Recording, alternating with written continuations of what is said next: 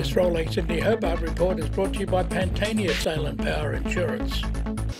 Okay, well, good morning everybody, and thank you for coming to this morning's catch up. Late last night, the race committee of the 74th Rolex Sydney Hobart Yacht race lodged a protest against Rolex 11 after receiving information from the owner of Blackjack.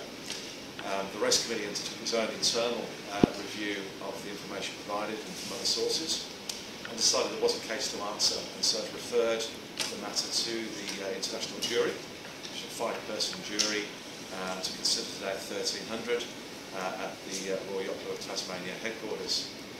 The issue surrounds the use of an AIS, which is an automated identification system, which is a transponder fitted to all of the yachts in this year's race. It's a navigation and safety instrument. It's not a racing tool as such, and it's a requirement in the racing rules that the transponder is on and capable of receiving and transmitting signals. AIS was introduced this year as a mandatory requirement to improve the safety of the race. It's something that we strive to do year in, year out, and the requirement to have it on was communicated in the various race briefings.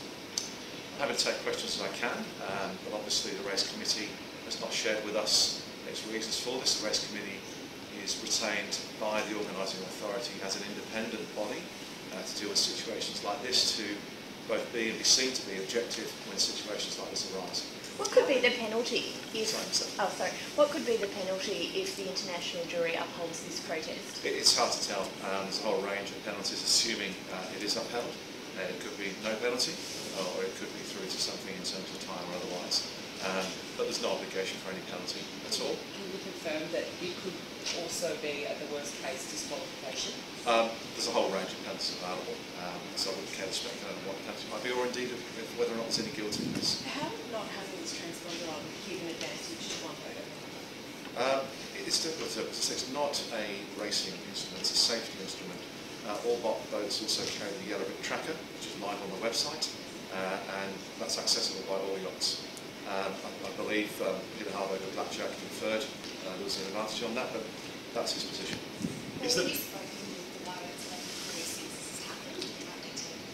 I've not spoken on this issue yet. Is the protest over the fact that it wasn't on at all, or it was intermittent?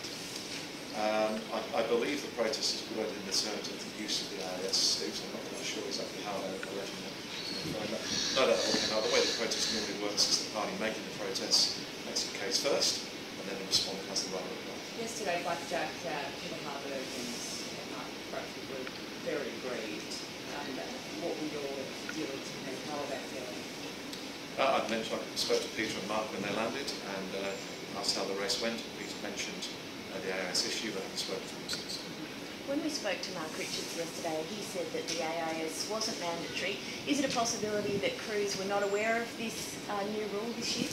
Well, the sailing instructions are there, they're printed, and this particular item was in there, particular sailing instructions. So there was a possibility of people unaware that it was there in Blackjack. But then is there the case that there are other boats that maybe didn't have theirs on where you don't have to do it frequently? I'm not aware of any boats at this time. Is there a possibility that signal issues could have interrupted how this works? I don't pretend to have the technical knowledge to know how the AIS works. So who brings in that rule? Who brought in that rule? Every year the race committee and the organising authority look at the rules and work out how we can make the race better and safer and so on, and that was one of the changes that came through. And are they the ones that have to communicate that, or is it the race management? The sailing instructions are issued shortly before the race, so they're issued by the organising authority through the race committee, and they're communicated to the various regions of the car. Just to confirm, so this actually tracks where a yacht is, they're going to make sure they can do it. It does, yeah. There are other ways, though, to do that, aren't there? Other incidents, it's just one of the number of measures that are available for safety and also the way the boat's used for racing. Does it also track the speed of the boat? I guess it can. It sends an intermittent signal, quite a regular signal, via GPS, via VHF, and it can be plotted by other boats. So yes, you could do, but it was certainly with the land-based organisations. It's purely a safety thing. So could it disadvantage another crew if it's not on? It's hard to tell. From your perspective, does this sort of put down yesterday's celebrations? Certainly, as an organising authority, the first thing we look for is a safe race, but also we have to have a fair race. And so the reason we have the race committee and the international jury in place to deal with this objectively and fairly, and that's the process that's taking place. How long are you expecting deliberations to take? You've said a 1,300 jury. I have no idea, so I have no idea the detail behind how the race committee would come to this, which is could be a quick hearing, could take long.